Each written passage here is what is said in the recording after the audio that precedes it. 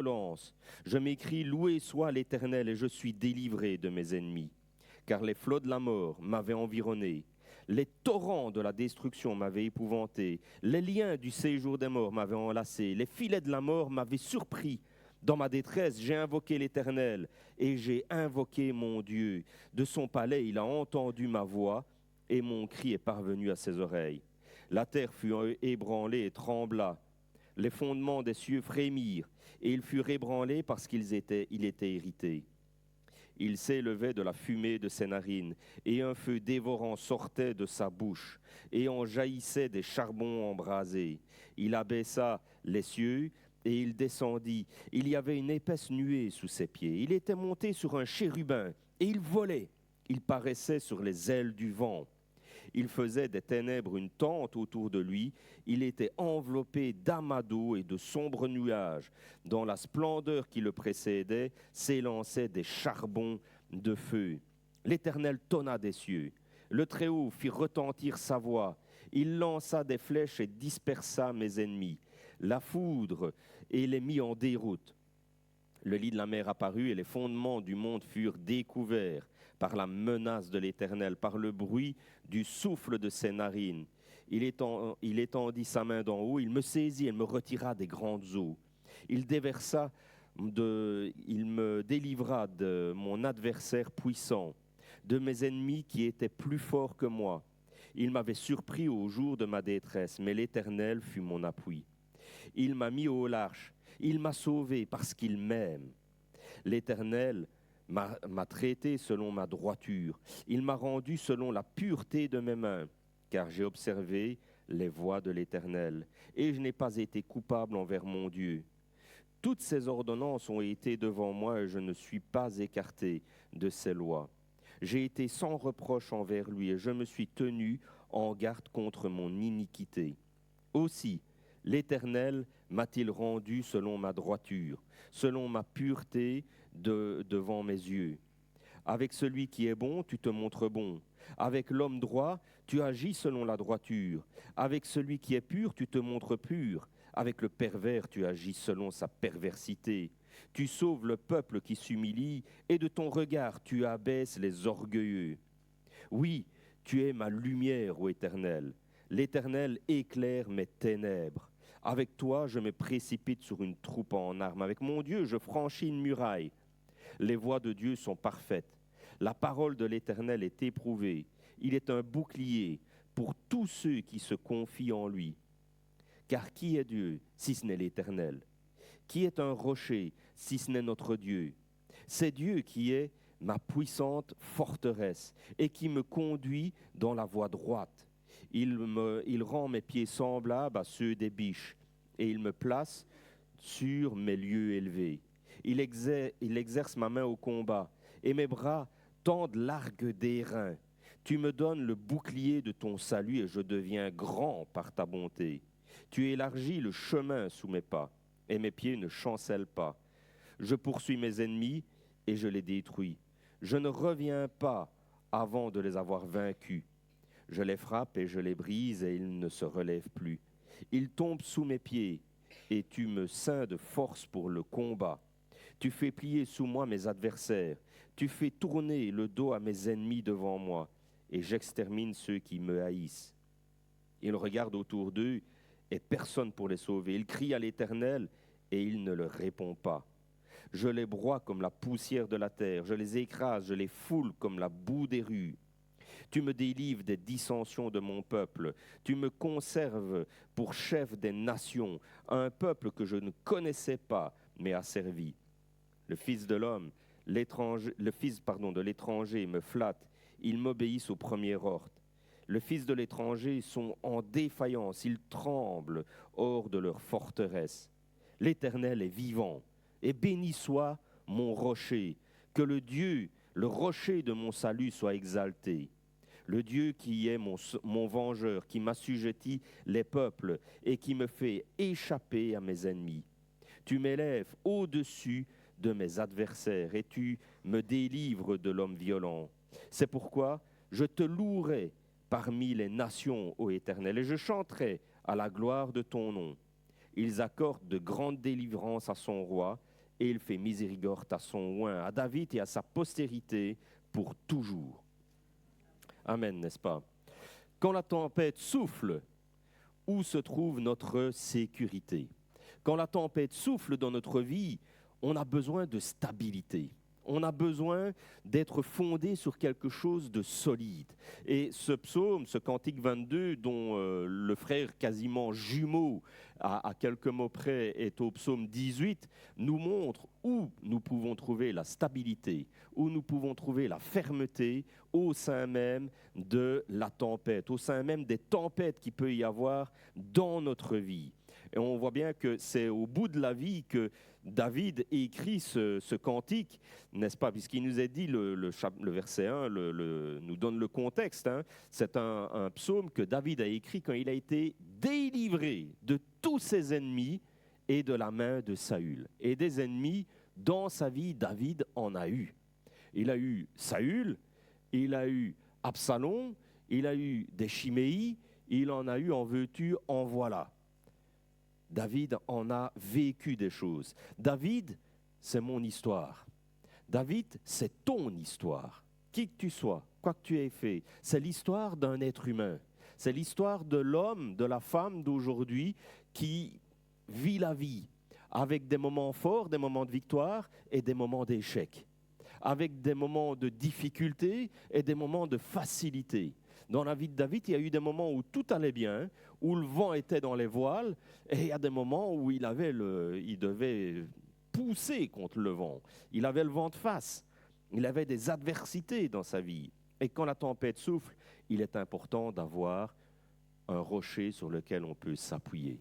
Et ici, dans le début de ce chapitre, on voit que David, il utilise 5 termes à caractère militaire. Alors il sait de quoi il parle, puisque c'était un militaire, c'était un homme de guerre, c'était un soldat, le roi David. Il parle de rocher, de haute retraite, il parle de bouclier, il parle de défenseur, etc. Et tout cela, c'est la personne de Dieu. Notre stabilité, c'est le Dieu dont parle la Bible. Pas la Bible en soi. La Bible, c'est l'épée de l'esprit qui nous connecte à son auteur. Dieu est notre libérateur, c'est lui notre stabilité. La relation que j'ai avec Dieu dépend du temps que je vais consacrer avec lui. Que ça soit au travers de la lecture de la Bible, au travers de la prière, au travers de l'adoration, au travers aussi de la mise en pratique de la parole de Dieu et de la louange, le chant. Le moment où je prends du temps avec Dieu, l'épée de l'esprit est efficace pour nous connecter à Dieu, un peu comme un modem. Un peu mieux que notre modem aujourd'hui. Le Saint-Esprit utilise cette épée pour nous connecter à Dieu en vue de nous mettre à l'action. Vous savez, lire la Bible, c'est bien, se faire du bien avec Jésus au travers de la Bible, c'est bien, mais si tout cela n'accouche pas dans une mise en action dans notre vie, l'apôtre Jacques, Jacques dans son épître, il dit que c'est comme se regarder dans un miroir, voir comment on est, et puis partir sans même en tenir compte. Oublier comment on est. Ça ne fonctionne pas ainsi. Dieu nous a donné sa parole pour nous connecter à lui, pour qu'on prenne du temps avec lui, pour qu'on puisse faire de lui notre stabilité, qu'on puisse, comme Jésus le disait dans cette parabole du fou sur le sable, qu'on puisse construire notre existence sur son enseignement pour que quand les tempêtes vont arriver, on puisse dire « l'Éternel est mon berger ». Je ne manquerai de rien. L'Éternel est ma haute retraite. L'Éternel est le rocher de mon salut, celui qui me sauve, évidemment, de tout et de toutes circonstances dans ma vie, mais surtout des circonstances éternelles dans ma vie, à savoir la condamnation du péché. Comment est-ce qu'on expérimente un peu tout cela? Quand on regarde, quand on lit, quand on réfléchit, quand on prend le temps de lire ce psaume, c'est vrai que c'est de la poésie hébraïque, ça fonctionne, il y a une certaine structure dans la poésie hébraïque, je ne vais pas vous donner un cours de poésie hébraïque, ce n'est pas le moment, mais c'est vrai que quand on lit un psaume, on se rend compte que c'est poétique. Il y a des choses qui se disent, qui se redisent, qui s'amplifient, etc. On a toujours un petit peu l'impression qu'on tourne toujours autour des mêmes choses, qu'on répète 56 fois un petit peu les mêmes phrases. Ça, c'est de la poésie hébraïque. Mais quand on prend le temps de reculer un petit peu et de regarder ce poème, on se rend compte qu'en fait, le roi David, il est en train de nous expliquer comment on peut expérimenter cette stabilité, ou quelles sont les astuces, quelles sont les recettes, les secrets pour pouvoir dire effectivement l'Éternel est mon berger, ma forteresse, mon libérateur. Si on ne passe pas par ces recettes, ben évidemment qu'on sera convaincu que Dieu est ça parce que c'est marqué dans la Bible, mais on ne le vivra pas. On ne le vivra pas parce qu'il y a des cadenas qui ne sont pas sautés dans notre vie. Et dès lors, si les cadenas ne sont pas sautés, les portes ne sont pas déverrouillées, on ne peut pas ouvrir la porte, on ne peut pas vivre la chose. Le Seigneur, notre Dieu, est notre sécurité, essentiellement parce qu'il nous aime. Dieu est ta sécurité, Dieu est ton rocher, parce qu'il t'aime. C'est ce verset qui est venu qui m'a sauté aux yeux, verset 20. Hein. Il m'a mis au large, il m'a sauvé, parce qu'il m'aime. Alors c'est vrai que c'est beau, c'est un psaume, on en fait une chanson, on a tous envie de crier Amen, Alléluia. Mais il faut remettre le contexte, quand le roi David écrit ça, il est plutôt vieux que jeune. Ça veut dire qu'entre le jeune qu'il a été et le vieux qu'il est devenu, il y a des chapitres de vie par lesquels il est passé. Et c'est vrai que quand on analyse la vie du roi David, c'est un homme extraordinaire, un serviteur, un chrétien, un enfant de Dieu extraordinaire, certainement. Ça, c'est clair et net. Mais il a, et on vient de passer dans sa cuisine, il a plusieurs casseroles à son actif. Bathsheba, Uri, puis Absalom, Amnon, Tamar, et puis tous les autres chapitres qu'on a pu voir ensemble. Les fils de Tserouja aussi. Pas mal de choses dans sa vie qui n'ont pas été toujours de franches réussites, soyons honnêtes, comme dans notre vie aussi.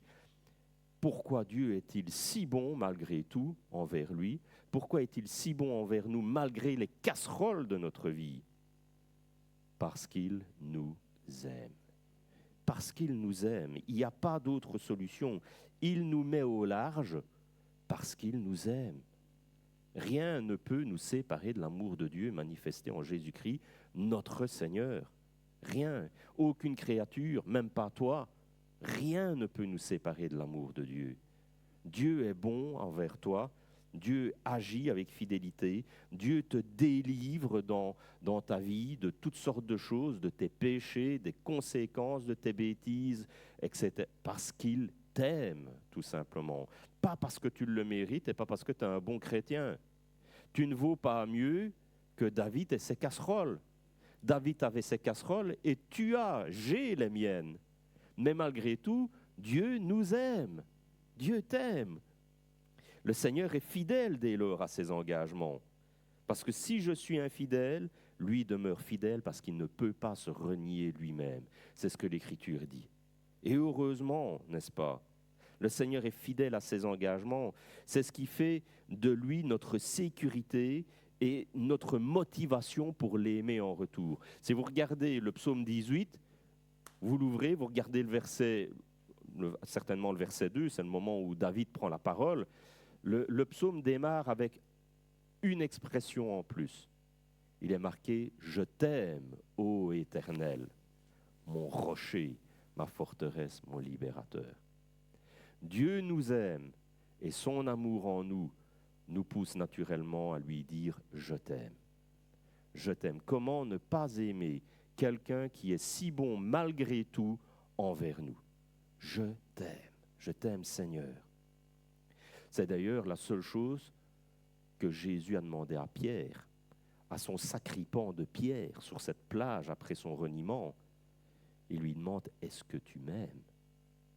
Jusqu'à le briser et qu'il puisse dire « Tu sais toutes choses, tu sais que je t'aime. » L'amour de Dieu en nous, déversé par le Saint-Esprit, conformément à ce qui est marqué dans Romains 5, déverse en nous, l'Esprit Saint déverse en nous l'amour de Dieu.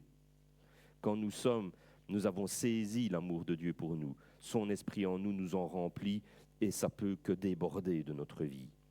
Le Seigneur est fidèle à cela. Il nous motive dès lors à l'aimer. Mais attention, néanmoins, Les 20 premiers versets nous montrent que néanmoins, ça ne nous déresponsabilise pas de crier à lui, de lui être fidèle, obéissant et consacré. Dieu nous aime, mais ça ne justifie pas le fait que je vive n'importe comment, que je tolère le péché dans ma vie, que je m'assois sur mon transat, profiter, chill de tout et n'importe quoi en attendant que ça se passe. Il faut les fesses faire en attendant que... Non. Dieu est fidèle, néanmoins, ça ne me déresponsabilise pas de crier à lui et aussi d'être fidèle et obéissant et consacré. Regardez dans ces 20 premiers versets, « Je m'écris, loué soit l'Éternel, et je suis délivré de tous mes ennemis. J'ai crié à l'Éternel, et il m'a répondu. » Nous avons cette responsabilité. Nous avons été créés dans le but d'élever notre voix pour adorer Dieu, pour lui parler, pour le prier aussi. Vous savez, souvent, nous, on est calés parce qu'on se dit, ça sert à quoi de prier puisqu'il sait tout à l'avance. On a l'impression de jouer à un match truqué. Mais seulement dans l'Écriture, il est bien marqué qu'en fait, ce n'est pas un match truqué. Ce n'est pas parce que Dieu sait tout que ça doit nous empêcher de le faire, parce que c'est pour ça que nous avons été créés. Nous avons été créés pour être ses adorateurs, pour lui parler, pour lui demander, même s'il le sait à l'avance, même s'il est omniscient. Ma responsabilité demeure. Aujourd'hui, on est dans un monde qui ne parle que de ses droits. On a le droit à ceci, on a le droit à cela, on a le droit à ci, à ça. Mais qui dit beaucoup de droits, dit aussi beaucoup de devoirs. Devoirs, droits et devoirs vont de pair. Alors on veut se déresponsabiliser, mais nous avons des responsabilités, finalement. Et devant Dieu, ça ne marche pas comme ça. Dieu nous a créés libres et responsables. Nous sommes responsables. David était responsable. David était responsable de ses casseroles. David était responsable de ses choix. Ça n'a pas empêché Dieu de l'aimer et d'être bon et de l'en délivrer à partir du moment où il criait à lui. À partir du moment où David a crié, qu'il s'est repenti, qu'il s'est humilié, qu'il s'est tourné vers le Seigneur, son visage a pu rayonner de joie parce qu'il a expérimenté la joie du pardon, la joie du salut, bien entendu. Notre Dieu vient à notre rescousse et combat pour nous dans cette vie, mais surtout dans celle qui est à venir. On peut s'appuyer sur lui en tout temps. David pouvait compter sur Dieu. Vous savez, quand il écrit « L'Éternel est mon berger, je ne manquerai de rien », il pouvait dire ça parce qu'il l'avait vécu. Il l'avait vécu. Il l'avait vécu du temps où il était berger avec les brebis de son père, et il l'a vécu du temps où il a été le berger d'Israël en tant que roi, et qu'il a vécu et traversé tant de choses, tant d'épreuves avec ce peuple. Et grâce à Dieu, il en a réchappé. Vous savez, souvent, on a des épreuves de la vie, on regarde en arrière et on se dit, mais comment est-ce qu'on a pu traverser tout ça? On se dit, mais un être humain normal, si tu m'avais dit que j'allais vivre ça avant de le vivre, j'aurais dit, ah non, je n'aurais jamais supporté ça. Et pourtant, on traverse. On traverse ces choses parce que quand on marche avec Dieu, quand on vit avec Dieu, il ne nous lâche pas. Il est avec nous. Ce qu'on peut traverser, ce à quoi on peut survivre, on le doit à Dieu. David le savait. Ce qui est vrai pour David l'est pour nous aussi. Mais vous savez, il y a une traversée beaucoup plus importante qu'il nous faut opérer en tant qu'être humain. Ce n'est pas la traversée de la vie, ce n'est pas la traversée des épreuves de la vie, c'est la traversée du jugement de Dieu. Un jour, Dieu va juger le monde. Un jour, Dieu va rendre justice et condamner le pécheur avec le diable et ses anges. Et la seule façon d'échapper à ça, c'est de se repentir. C'est pour ça que le Seigneur Jésus disait « Repentez-vous parce que le royaume de Dieu est proche ». La repentance, il n'y a que ça pour nous faire échapper au jugement. Il nous importe, dès lors, de se préparer à faire face à ce Dieu qui combat pour nous, qui a combattu pour nous en montant sur une croix à notre place, qui a donné sa vie pour sauver la tienne de la condamnation du péché. Il est important de se repentir, de demander pardon pour nos péchés, de reconnaître qu'il n'y a que lui qui peut nous sauver, de lui dire « Seigneur, sauve-moi, parce que sans toi, je suis fichu. Je n'ai aucun espoir, je n'ai aucun avenir. Je n'ai aucune possibilité d'échapper à la colère de Dieu et à son jugement aussi. » Jésus revient. Jésus revient pour juger le monde, pour détruire le péché et pour exterminer le pécheur qui ne se repent pas. Jésus revient dans une version tout à fait différente du bon petit Jésus tout gentil qu'on dépeint dans les crèches à Noël. Ce n'est pas ça le vrai Messie. Ce n'est pas ça. Dieu nous aime.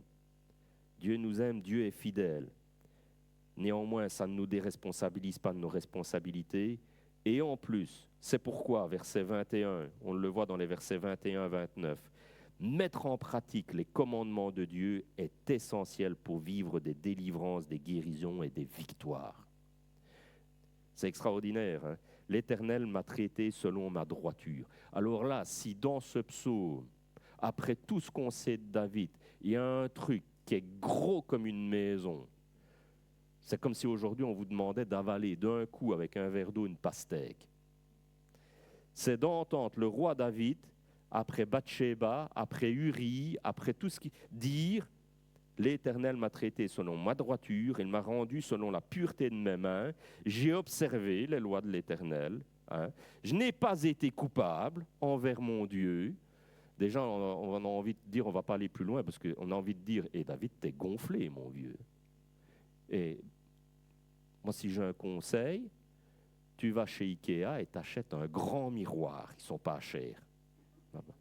Et tu te regardes. Parce que tu te prends pour... C'est vrai, mais tu te prends pour qui? Et c'est vrai que ça, c'est humain. Mais après, en tant que chrétien, évidemment, on sait qu'on se dit, ben, attends, avant David, je vais d'abord aller vider le stock de miroirs chez Ikea, parce que c'est bien humain. D'ailleurs, le Seigneur Jésus l'a dit, avant de regarder la poutre de l'autre, regarde la paille. Enfin, la paille de l'autre, regarde la poutre. Ou plutôt, nous, on devrait regarder le building si on voit la poutre chez l'autre. C'est vrai. Mais alors, pourquoi David dit ça? Ou plus exactement, moi, la question, en sachant tout ça et en sachant la vérité sur moi, en tant qu'être humain, je ne vaux pas mieux qu'un roi David, chacun à son niveau. Mais quand on lit ça, on se dit, mais d'accord, mais comment est-ce qu'il peut dire ça? Sur quoi ça repose une telle affirmation? Sur quoi est-ce que moi je peux m'appuyer pour dire le même genre de truc pour ma vie? C'est extraordinaire. Mettre en pratique les commandements de Dieu, c'est essentiel. L'échec peut arriver dans notre vie avec Dieu, mais ne peut pas être toléré. Nous sommes purs. Nous sommes purs. Imagine le truc qui te culpabilise constamment dans la tête. On en a tous. Il ne faut pas dire qu'on n'en a pas, pas vrai. On en a tous au moins un, et je suis gentil en disant au moins un. Pense à ça, pense à ça. Et dis-toi, je suis pur aux yeux du Seigneur. Je suis pur. Dis-le dans ta tête, je suis pur aux yeux du Seigneur. Parce que je suis couvert par la justice du Seigneur Jésus-Christ. Ce n'est que à cause de ça que, comme David, on peut dire un truc aussi énorme, alors qu'on sait très bien que la droiture, l'intégrité, la pureté, il ne faut pas rigoler, hein, on n'y est pas. Hein. Mais on peut le dire parce qu'on est pur, couvert par la justice du Seigneur Jésus. L'Écriture dit que Dieu était en Jésus-Christ, réconciliant le monde avec lui-même et ne leur imputant pas leurs offenses. Il nous est dit, celui qui n'a pas connu le péché, il l'a fait devenir péché pour que nous devenions justice de Dieu. Tu te dis, mais ça, si ce n'est pas un bazar de malade, je ne sais pas ce qu'il faut. Hein. Si ça, ce n'est pas plus que saugrenu, plus que démentiel, je ne sais pas ce qu'il faut. Nous sommes purs aux yeux du Seigneur parce que nous sommes couverts par la justice du Seigneur Jésus. Nous pouvons compter sur sa présence en nous pour nous éclairer alors que nous vivons dans un monde pécheur. Le passage le montre clairement. Vous pourrez relire à la maison comment David dit et demande à Dieu et compte sur Dieu justement pour l'éclairer, pour lui ouvrir les yeux, pour lui montrer les choses dans sa vie. Et aujourd'hui, la bonne nouvelle, c'est que depuis la Pentecôte, Dieu a commencé à pleinement réaliser jusqu'à la totalité ce qu'il avait promis. Dieu avait dans sa tête de vivre au milieu de son peuple. Mais vous savez, par la foi en Jésus-Christ, ses enfants, ils ont le privilège de vivre avec lui, plus au milieu, mais à l'intérieur du peuple. Le Saint-Esprit a fait sa maison de notre cœur, de notre corps, bien entendu. Et dès lors, ce que David demandait, nous en profitons avec un Internet illimité. Le Saint-Esprit est constamment là et constamment le Seigneur va nous montrer, parce qu'il est Dieu, c'est le Seigneur aussi, l'Esprit Saint. Il va te montrer, il va te faire sentir quand tu fais le pas de travers. Il va te mettre la torgnole derrière l'oreille droite pour te dire hey, tu vas à gauche, il faut revenir tout droit là. On peut compter sur lui, on peut compter pour combattre les combats de notre vie, pour avoir le discernement, pour avoir la sagesse. Nous pouvons compter sur lui. L'Esprit Saint va utiliser son épée, la Bible, et il va nous montrer dans notre vie, il va ouvrir notre intelligence pour qu'on puisse voir ce qu'on ne veut pas voir souvent. Et ainsi éviter de se prendre le mur de face. On peut compter sur sa présence pour nous éclairer alors qu'on vit dans un monde pécheur, tordu, de plus en plus pervers et de plus en plus perverti, bien entendu. Et ce sera perpétuellement comme ça dans notre monde. Il y a eu des époques plus chaudes à ce niveau-là que d'autres. Il y a eu des époques tourmentées, il y a eu des époques plus calmes dans l'histoire de l'humanité, mais ce sera perpétuellement comme ça jusqu'au moment où le Seigneur Jésus reviendra. Et quand le Seigneur Jésus reviendra, il viendra arrêter cette autodestruction infernale. C'est pourquoi, ainsi, versets 30 à 46, il nous donne la force d'affronter les combats de la vie et d'en être victorieux en plaçant notre confiance en lui seul. David disait, il exerce mes mains au combat. Avec lui, je peux tendre l'arc d'airain. L'arc d'airain, je ne sais pas si vous avez déjà... moi, déjà plier un clou, j'ai déjà du mal. Mais tendre un arc d'airain, il faut... Ça, Carole, c'est une discipline pour les Jeux Olympiques. Il va falloir entraîner les Belges pour que... Ça, c'est une discipline. Tendre un arc, c'est du costaud, un arc. Il nous donne la force d'affronter les combats de la vie et d'en être victorieux en plaçant notre confiance en lui. Parce que le roi David, il disait, oui, tu élargis, tu me donnes le bouclier, je peux tendre l'arc, je sors l'épée, je les broie, je les écrase, je les pulvérise, je les mange tout cru. Parce que tu me donnes la force. C'est grâce à toi. C'est pas grâce à moi. Vous savez, vous voulez échouer dans la vie, vous voulez rater votre vie chrétienne, vous voulez rater votre témoignage, vous voulez tout rater, c'est facile. Même en étant chrétien, vous serez quand même sauvé, vous irez quand même au ciel. Il suffit de faire une chose. Il suffit de vous appuyer sur votre propre sagesse. Il suffit de vous croire, comme on dit, je prends l'expression, plus malin que les autres. Appuyez-vous sur vous, votre intelligence, votre force, vous allez vous planter. Vous planter. Parce qu'un pécheur ne pourra jamais être plus fort que le péché. Impossible. Impossible. Ce serait comme demander à un cochon de s'habiller en smoking et de ne jamais se vautrer dans la boue. T'as du Coco Chanel, il ne faut pas quand même exagérer. Ça ne marchera pas. Ça ne marchera pas. Parce que le cochon est fait pour aller dans la boue. Il aime ça. C'est sa nature. Nous, on a besoin de changer de nature. Et Dieu nous a fait changer de nature en Jésus. C'est pour ça que, évidemment, on a besoin de lui. On a besoin de sa sagesse. On a besoin de s'appuyer sur lui pour réussir notre vie chrétienne et qu'il soit glorifié plus que toute autre chose dans notre existence. Il nous donne la force. Il nous donne la force, la volonté et le courage de lui être fidèle et obéissant. Et je pense que c'est peut-être la prière qu'il faut qu'on fasse tous les jours. Seigneur, donne-moi la force, donne-moi le courage et donne-moi surtout la volonté de t'être fidèle et obéissant.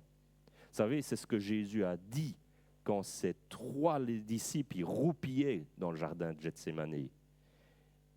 Il leur a dit, priez et veillez, parce que l'esprit est bien disposé, mais la chair est faible.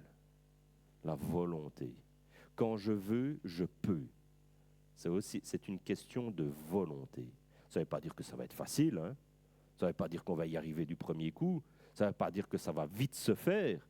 Mais si je veux, je peux. Avec l'aide de Dieu. Par moi-même, non, mais avec lui, on peut faire des exploits. Il paraît, c'est ce qui est marqué dans la Bible. C'est ce qu'on chante dans nos chants aussi. Ça nous appartient d'en faire une réalité en nous appuyant sur lui. Quand nous nous réunissons, quand nous réussissons plutôt à aller de progrès en progrès dans notre croissance spirituelle, le texte ici nous impose d'être humbles, parce que c'est grâce à sa bonté qu'on profite de la vie. Reconnaissons-le aussi, nous dit l'Écriture, dans tout ce qu'on peut traverser dans notre vie. Reconnaissons-le dans toutes nos voies, il aplanira nos sentiers, parce que c'est en s'appuyant sur lui qu'on réussit notre traversée vers son royaume. Que grâce à lui! Quel psaume de louange, n'est-ce pas? Comment se taire? Je veux conclure avec ça. Comment se taire? Comment ne pas louer et adorer notre Dieu? Si vous regardez les versets 47 à 51, on en a même fait des cantiques. Hein. L'Éternel est vivant, béni soit mon rocher, que le Dieu de mon salut soit exalté. Hein, on en a fait des cantiques, on en a fait des chants, tout ça. Mais comment se taire? Comment ne pas louer et adorer notre Dieu? C'est vrai qu'il y a une partie de la fin de ce psaume où clairement on sent qu'on dépasse le roi David. On parle clairement aussi, il y a une allusion claire du Seigneur Jésus, de ces moments où quand il va revenir, il va écraser, pulvériser toute domination humaine pour installer son royaume de justice et de paix éternelle. Comment se taire? Parce que nous savons vers quoi nous allons. Nous savons la destination de notre traversée. Comment se taire et ne pas louer et adorer Dieu? On devrait se battre, façon imagée, hein, bien entendu, hein. On devrait se battre pour faire entendre notre voix lors des réunions de prière. On devrait exploser nos cordes vocales pour chanter à Dieu notre amour, notre reconnaissance. On devrait se serrer pour avoir une place aux études bibliques. Le modem de l'Église devrait fondre de surchauffe, un peu plus qu'aujourd'hui. Vous savez, je me dis souvent, quand on vit avec Dieu, quand on aime Dieu, naturellement, il devient la priorité de ma vie. Naturellement. Et se rassembler pour l'adorer, le louer, pour festoyer au travers de sa parole. Mais c'est ce qu'on a envie. C'est ce qu'on a envie. Quand on vit avec le Seigneur, on vit des choses avec lui. Et on n'est jamais à sec de sujets de louange et d'adoration. Jamais, jamais. On n'a pas besoin de quoi que ce soit en plus, puisqu'on a Jésus au quotidien. Et quand on a Jésus au quotidien, comment ne pas raconter tout ce qu'il a fait? Comment ne pas raconter tout ce qu'il a fait? Vous savez, quand on a un moment de prière le dimanche matin, c'est de la louange, c'est de l'adoration. C'est le moment privilégié que Dieu nous donne pour qu'on puisse dire à tout le monde ce qu'il a fait pendant la semaine pour nous. Il y a au moins une chose qu'il a fait. Au moins une. De dimanche en dimanche, il y a au moins un truc que tu as vécu avec lui. Il y a au moins un truc qu'il a fait pour toi. Vous savez, on a vu sur les réseaux sociaux qu'il y a une dame qui a perdu la vie sur la nationale 98. Vous savez, cette route-là, hein, là où ça s'est passé, c'est par là que je passe tous les jours pour aller conduire mes enfants à l'école. Ben, j'ai dit, mais merci Seigneur, quoi. Merci, ça aurait pu être n'importe qui. Merci Seigneur. Comment ne pas écrire un 2 Samuel 22 dans notre vie? Comment se taire?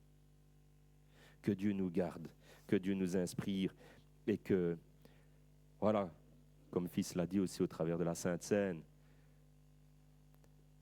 soyons, nous qui avons goûté le parfum de vie au travers du sang versé de Christ pour nous, soyons des parfums qui donnent la vie.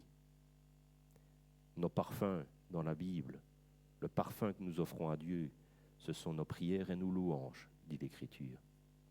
Alors ne laissons pas les pierres crier, soyons des pierres vivantes qui crient. Amen.